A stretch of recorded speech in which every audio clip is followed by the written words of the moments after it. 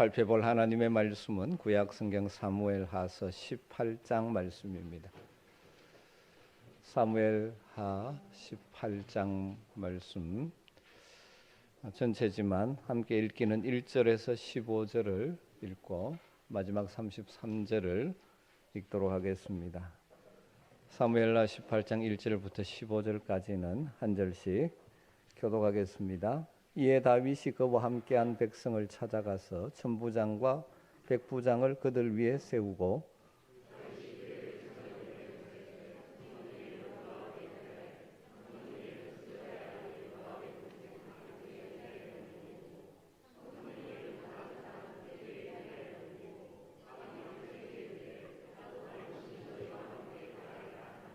백성들이 이르되 왕은 나가지 마소서. 우리가 도망할지라도 그들은 우리에게 마음을 쓰지 아니할 터이요 우리가 절반이나 죽을지라도 우리에게 마음을 쓰지 아니할 터이라. 왕은 우리 10,000명보다 중하시오니 왕은 성읍에 계시다가 우리를 도우심이 좋으니이다 하니라.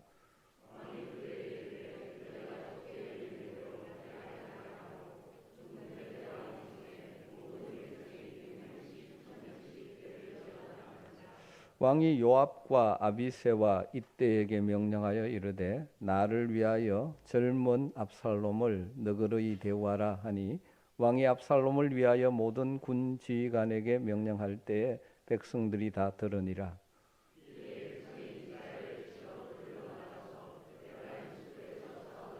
거기서 이스라엘 백성이 다윗의 부하들에게 패하매 그날 그곳에서 전사자가 많아 20,000명에 이르렀고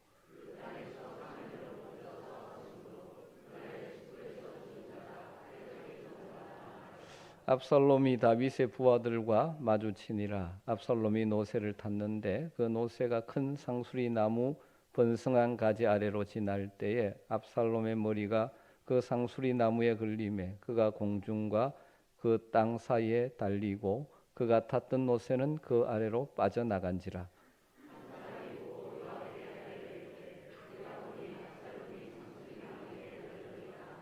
요압이 그 알린 사람에게 이르되 내가 보고 어찌하여 당장에 쳐서 땅에 떨어뜨리지 아니하였느냐. 내가 네게 은 10개와 띠 하나를 주었으리라 하는지라.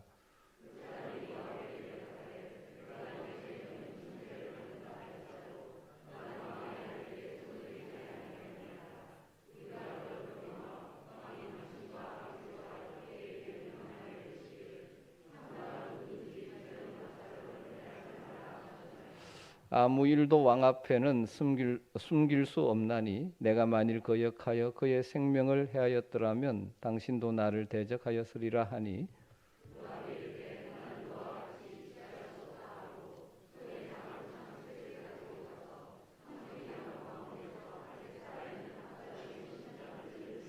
같이 읽습니다. 요압의 무기를 든 청년 10명이 압살롬을 에워싸고 쳐 죽이니라. 마지막 33절 말씀을 같이 읽겠습니다. 왕의 마음이 심히 아파 문위층으로 올라가서 우니라. 그가 올라갈 때 말하기를 내 아들 압살롬아 내 아들 압살롬아 차라리 내가 너를 대신하여 죽었다면 압살롬 내 아들아 하였더라. 아멘.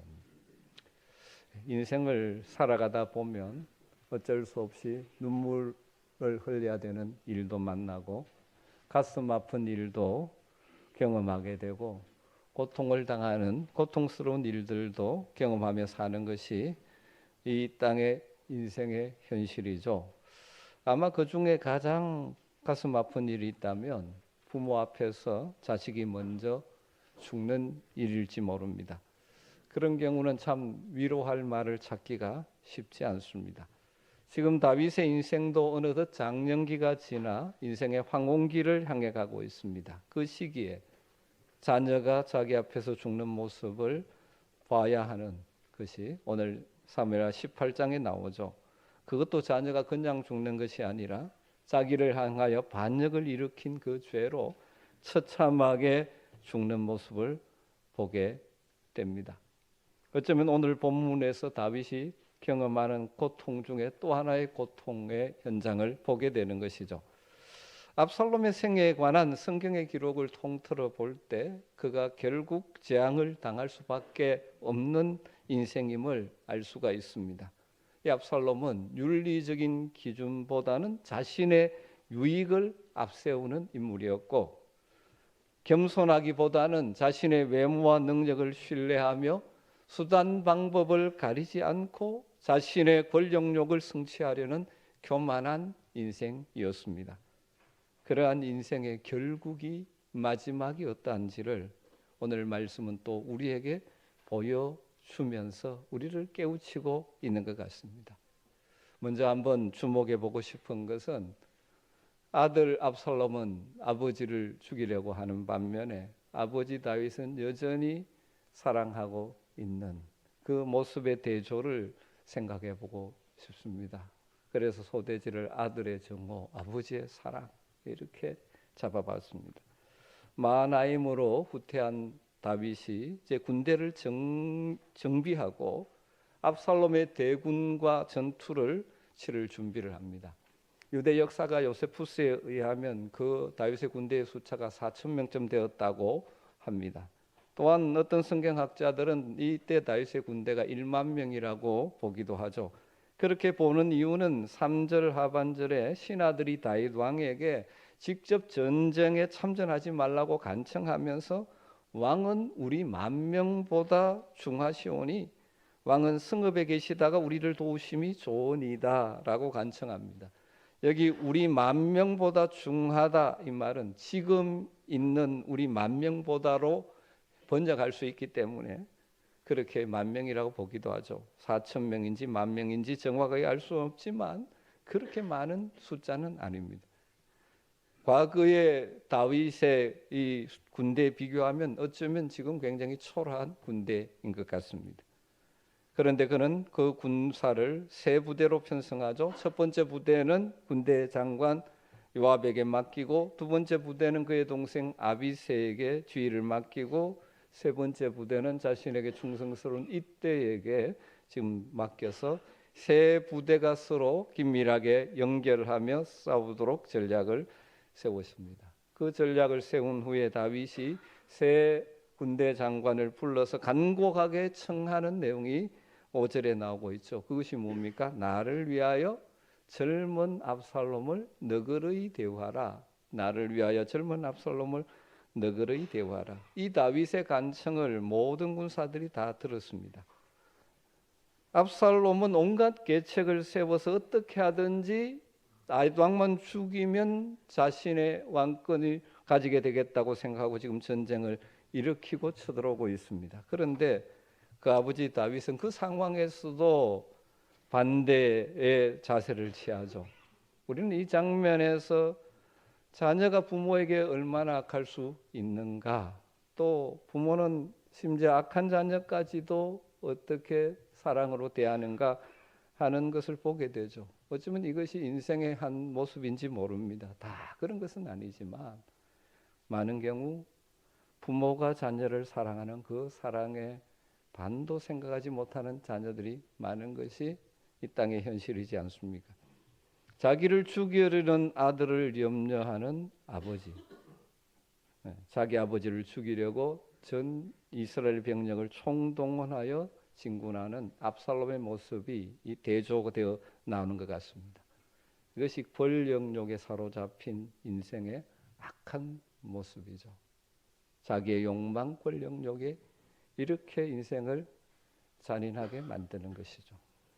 이 본문을 주석하면서 성경 주석가 메추엘리가 이렇게 기록해 놓았습니다. 그대로 읽어드리면 악을 선으로 갚으려 하다니 압살롬은 다윗을 죽이는 일에만 혈안이 되어 있었고 다윗은 압살롬을 살리는 일에만 관심이 있었다.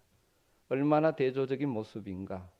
압살롬처럼 아버지를 죽도록 미워한 사람도 없었고 다윗처럼 아들을 지극히 사랑한 사람도 없었다. 따라서 이 두 사람은 각 분야에서 최고였으며 인간이 어느 정도까지 행할 수 있는지를 보여주었다. 아들은 아버지에게 최악의 증오를 보여주었고 아버지는 아들에게 최고의 사랑을 베풀었다. 그러면서 마지막에 이렇게 덧붙입니다. 이것은 마치 하나님에 대한 인간의 사악함과 인간에 대한 하나님의 사랑의 전형인 것 같다. 반역자인 아들 압살롬에게 너그럽게 대하라는 아버지 다윗의 모습에서 자기 땅에 왔으나 자기를 영접하지 않고 모욕하고 박해하고 죽이고자 했던 자기 백성 이스라엘을 여전히 사랑하시는 주님의 모습을 엿볼 수 있지 않는가, 그렇게 말하고 있는 것이죠. 여러분, 하나님과 우리의 관계가 어떻습니까? 때로는 우리가 하나님을 사랑하고 충성하지만 또 자주 하나님의 뜻을 어기고 하나님이 원치 않는 삶에 떨어질 때가 많죠. 우리는 자주 주님을 배반하지만 여전히 포기하지 않고 끊임없이 우리를 사랑하시는 하나님의 사랑을 이 시간 다시 한번 기억할 수 있게 되기를 주의 이름으로 축원합니다. 우리의 부족함에도 불구하고, 때로는 우리의 연약함에도 불구하고, 때로는 우리가 하나님 보시기에 아름답지 못한 자리에 떨어질 때도 있지만 포기하지 않고 사랑하시는 하나님의 사랑, 여전히 우리를 사랑하시는 하나님 앞에 우리도 신실하게 하나님을 사랑하는 사람이 되기를 소망하고 기도하는 은혜가 있기를 주의 이름으로 축복합니다. 압살롬의 죽음을 묘사하는 장면을 보면서 다시 한번 생각하게 되는 것은 성경의 중요한 진리인 교만은 패망의 순봉이라는 사실입니다. 이 두 군대 사이의 전쟁이 더욱 치열해졌습니다. 다윗의 군대와 압살롬의 군대가 에브라임 숲속에서 격렬한 전투를 벌였습니다. 그런데 압살롬의 군대가 대패해서 그날 2만 명이 전사했는데 그 전투에서 칼에 맞아 죽은 자보다 숲에서 죽은 자가 더 많았다고 말합니다. 아마도 숲으로 유도 작전을 선 다윗의 군사들에게 속아 많이 죽었는지, 아니면 그 지형이 여러 가지 웅덩이가 있는데 지형을 잘 알지 못하는 그들이 그 속에서 혼란을 겪다가 그렇게 되었는지 모르지만 많은 압살롬의 군사들이 2만 명이 전사하게 되어집니다. 그런데 사무엘서 저자는 2만 명의 군사가 어떻게 전사했는지 보다는 압살롬 한 사람의 죽음에 관심을 집중시켜 기록하고 있죠. 그 내용이 9절에 나옵니다. 압살롬이 다윗의 부하들과 마주치니라. 압살롬이 노새를 탔는데 그 노새가 큰 상수리 나무 번성한 가지 아래로 지날 때 압살롬의 머리가 그 상수리 나무에 걸림에 그가 공중과 그 땅 사이에 달리고 그가 탔던 노새는 그 아래로 빠져나간지라. 압살롬의 이 죽음의 이 마지막 죽음의 현장을 아주 상세하게 기록하고 있죠. 앞부분에 있었지만 압살롬 평소 자기 외모 가운데 특별히 자랑스럽게 여겼던 것이 그의 머리털입니다. 그 자랑거리였고 다른 사람들의 칭찬거리였습니다. 심지어 그래서 그의 머리카락을 따로 보관하는 함을 만들어 보관할 정도로 자랑스럽게 여겼던 것입니다. 그런데 그 머리카락이 상수리 나무 가지에 걸려서 그를 죽음의 자리로 몰고 갔다는 사실입니다. 사랑하는 성도 여러분, 어떻게 보면 굉장히 단순한 사건이지만 이 사건의 기록을 통해 우리에게 깨닫기를 원하는 메시지가 있는 것 같습니다. 그의 자랑거리가 그의 죽음의 원인이 되었다는 것입니다. 어쩌면 압살롬의 머리카락은 그의 교만을 대표하는 것이라고 볼 수 있습니다. 그런데 그것이 바로 자신의 패망의 원인이 된 것입니다. 여러분, 우리 인생사에도 이런 경우가 얼마나 많은지 모릅니다. 자신의 자랑거리가 하나님 앞에서 교만으로 발전하고 그 교만이 결국 실패와 패망의 원인이 되는 경우가 허다한 것입니다. 차라리 내가 가진 것이 좀 적기 때문에 겸손해서 하나님께 더 가까이 나아갈 수 있는 자가 더 복 있는 삶이 될 수 있는 것이죠. 차라리 내가 많이 갖지 못했고 자랑할 것이 없기 때문에 하나님을 더욱 의지하는 사람은 복 있는 인생을 살게 될 것입니다. 종종 많이 가지고 자랑거리가 많은 자들이 그 인생의 마지막이 불행해지는 경우가 생기죠. 압살롬의 자랑거리는 머리카락이었어요. 그것이 그의 영광이었습니다. 그것에 마음이 뺏겨 있었죠. 그는 자기의 머리카락의 영광 때문에 살아계신 하나님의 영광을 사모하지 않았습니다. 여러분, 이런 일이 우리 인생에 흔하게 일어날 수가 있습니다. 나의 잘남이 하나님께 나아가는 것을 막는 장애물이 될 수도 있다는 것이죠. 잘나기 때문에.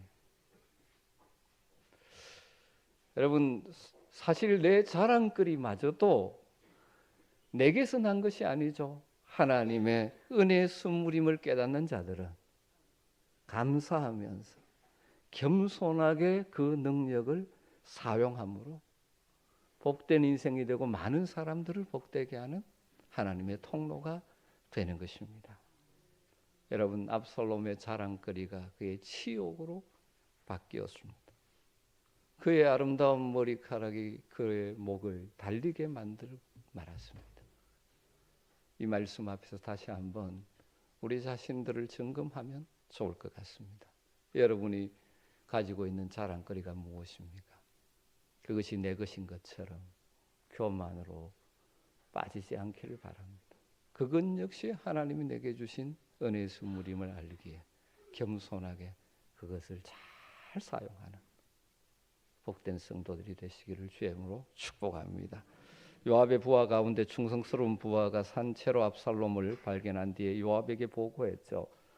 그러자 요압은 전투에 나가기 전에 나를 위해서 젊은 압살롬을 너그러이 대우하라는 다윗 왕의 명령도 거역하면서 창으로 압살롬의 심장을 찔러 잔인하게 죽이고 수풀 가운데 큰 구덩이에 던지고 돌무더기를 쌓아버렸습니다. 이처럼 다윗 왕의 명령을 거역하면서까지 압살롬을 죽인 요압의 행동은 현실적인 판단에 기초한 것이라고 볼 수 있죠. 압살롬을 살려두면 또 다른 반역의 불씨가 될 수 있다라는 생각 때문일 것입니다. 그런데 이 사건에 덧붙여서 사무엘서 기자가 한 가지를 첨가해 놓고 있습니다. 압살롬이 자기 스스로 비석을 세웠다라는 사건을 첨가 붙여놓고 있습니다. 자신의 대를 이을 아들이 없었기 때문에 어떻게 하든지 자기의 이름을 세상에 남기고 싶어서 스스로 비석을 세웠다는 것입니다. 이 비슷한 것이 사울 왕이 그랬죠. 아말렉과 전투전에 자기 이름을 위하여 비석을 세워. 어떻게든 자기 이름을 세상에 남기고 싶어하는, 이 땅에 이름을 남기고 싶어 안달하는 그런 인생의 대표자 압살롬입니다. 여러분, 그런데 결과적으로 그의 남긴 비석이 오히려 사람들에게 조롱거리가 되어버렸다는 사실이죠. 이게 어리석은 인생의 모습입니다. 스스로 높아지려는 자들의 마지막을 지금 압살롬을 통해 보여주는 것이죠. 자기의 이름을 세상에 남기려고 자신을 드러내고자 하는 인생의 마지막을 보여주는 것입니다. 여러분, 그런데 어리석게도 이 땅에 압살롬처럼 사는 사람이 많습니다. 내 이름 석자를 남기겠다고 이런저런 일들을 해나가는 사람들. 사울과 같이 압살롬 역시 자기 이름을 위해서, 심지어 뭐까지 합니까? 아버지 다윗 왕을 반역하여 왕권을 찬탈하겠다고 하다가 비참한 죽음을 맞이하죠. 하나님의 공의로운 심판의 결과입니다. 욥기 20장 5절에는 이런 말씀이 있습니다. 악인이 이긴다는 자랑은 잠시요, 경건하지 못한 자의 즐거움도 잠깐이니라. 악인이 이기는 일이, 그래서 자랑하는 것, 그런 일이 이 땅에 일어납니다. 그런데 그것이 언제라고요? 잠시. 경건하지 못한 자의 즐거움도 잠깐이라고 말합니다. 여러분, 우리는 잠깐을 위해서 사는 자들이 아니라 영원을 위해 사는 자들이 아닙니까? 이 땅에서의 잠깐의 영광을 위하는 자들이 아니라 영원한 영광을 바라보며 사는 자들이 되어야 하지 않겠습니까? 잠깐의 즐거움을 위하여 인생을 낭비하는 인생이 아니라 영원한 즐거움을 위하여 우리의 인생을 사용하는 자들이 되어야 하지 않을까요? 마지막 세 번째로 생각해 보고 싶은 것은 압살롬의 죽음의 소식을 들은 다윗의 반응입니다.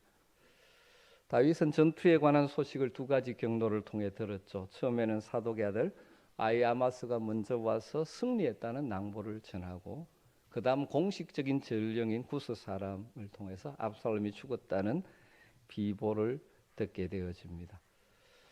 두 가지 승리의 기쁨의 소식과 압살롬이 죽은 슬픔의 소식이 들려졌는데, 다윗에게서는 무엇이 더 큽니까? 승리의 기쁨보다는 아들을 잃은 슬픔이 더 컸기에 가슴이 미어질 것만 같습니다. 그래서 문 위층으로 올라가서 울었다라고 기록하고 있죠. 33절에 그가 올라갈 때 말하기를 내 아들 압살롬아, 내 아들 압살롬아, 차라리 내가 너를 대신하여 죽었다면 압살롬 내 아들아 하였더라. 여러분, 우리는 이 압살롬의 심정을 충분히 이해하고 동정할 수 있습니다. 그렇지 않습니까? 사랑하는 아들이 죽었습니다. 더구나 그 죽음이 어쩌면 자신의 죄에 대한 하나님의 징계의 한방편이고, 그 아들 역시 불의를 행하다가 불의의 삭스로 처참한 죽음을 당했을 때 그 아버지로서의 비통함이 오죽하겠습니까? 아들을 잃은 아버지의 아픔은 전쟁에서 승리마저도 다 삼켜버리는 그런 고통이었습니다. 그런데 여러분, 여기서 다시 한번 주목해 봐야 될 것은 이런 다윗의 반응이 결과적으로는 어떻게 만들어 버립니까? 다윗을 위해 생명을 내걸고 싸웠던 그 다윗의 군사들이 다시 귀환하는 이 귀환이 승리의 행렬보다는 슬픔의 행렬이 되고 말았던 것이죠. 다윗의 이런 행동은 반역자 압살롬과의 전투에 목숨 바쳐 다윗을 위하여 싸운 충성스러운 용사들의 희생을 무시하는 행위가 되고 말았던 것이죠. 그래서 다윗의 군대들은 승전의 기쁨보다 왕의 슬픔 때문에 마치 폐잔병처럼 들어올 수밖에 없는 것이죠. 다르게 표현하면 다윗은 아버지로서의 정이 더 크게 작용해서 이끌려서 왕으로서의 책임을 져버리고 있는 것입니다. 여러분, 압살롬 역시 자기의 죄에 대한 하나님의 심판을 받은 것이라면 다윗이 처음 밧세바와 범죄한 이후에 태어난 아기가 죽었을 때와 같은 신앙적인 반응을 할 수 있었으면 얼마나 좋았을까 생각하죠. 아이가 병들어 있을 때는 혹시라도 하나님께서 고쳐주실까 봐 금식하며 기도했지만, 아이가 죽자 다른 신하들은 살아있을 때도 저런데 죽으면 어떨까 했는데 다윗이 옷을 입고 음식을 먹으면서 뭐라고 고백합니까? 지금 죽었으니 내가 어찌 금식하랴? 내가 다시 돌아오게 할 수 있겠느냐? 나는 그에게로 가려니와 그는 내게로 돌아오지 못하리라. 그렇게 하면서 믿음의 반응을 보였던 그가 이 압살롬의 죽음 앞에는 그 감정이 자신을 지배해버림으로 왕으로서 마땅히 선택해야 될, 행동해야 될 것을 놓쳐버리는 모습을 보게 되는 것이죠. 현실적인 사람 요압이 또 이 일에 났습니다.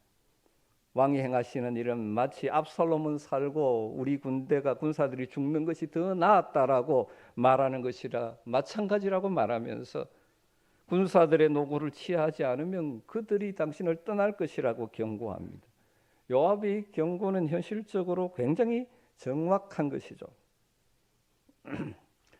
어떻게 보면 하나님은 요압을 통해서 다윗이 과도한 슬픔에 빠져 있는 것을 깨우쳐 주고 있는 것입니다.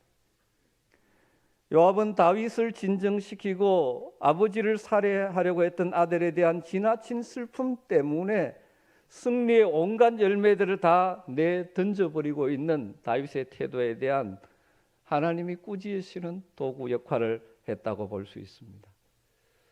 여러분, 이것이 우리와는 상관없는 일 같습니까? 우리가 살아가면서 이런 잘못에 빠지기가 쉽습니다. 살다 보면 슬픈 일도 만나고 분노할 일도 만납니다. 그런데 과도한 슬픔이나 과도한 분노, 다르게 말하면 그 감정이 나를 휩싸버림으로 말미암아 정상적인 판단을 하지 못하게 만들 때가 참 많이 있지 않습니까? 여러분, 그러기에 모든 상황을 하나님의 관점으로 보는 연습 훈련을 우리는 해야 합니다. 연약한 인생 위에 감정이 우리를 끌고 가게 되어 있죠. 그러나 감정에 끌려서 감정의 종이 되어 버리지 말아요. 감정보다 중요한 것은 하나님의 뜻입니다. 그래서 우리는 우리의 감정을 성령으로 다스릴 줄 알아야 하는 것이죠. 잠언서의 말씀은 우리가 잘 아는 말씀이지만 정말 진리 가운데 진리이지 않습니까?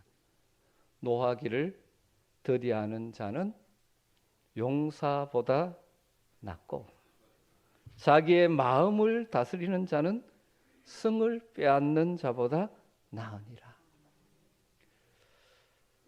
여러분, 이 말씀을 늘 기억하면서 우리가 살아가다 보면 때로는 슬픈 일을 당하고 분노한 일, 우리의 감정이 일어나는 일들을 만납니다.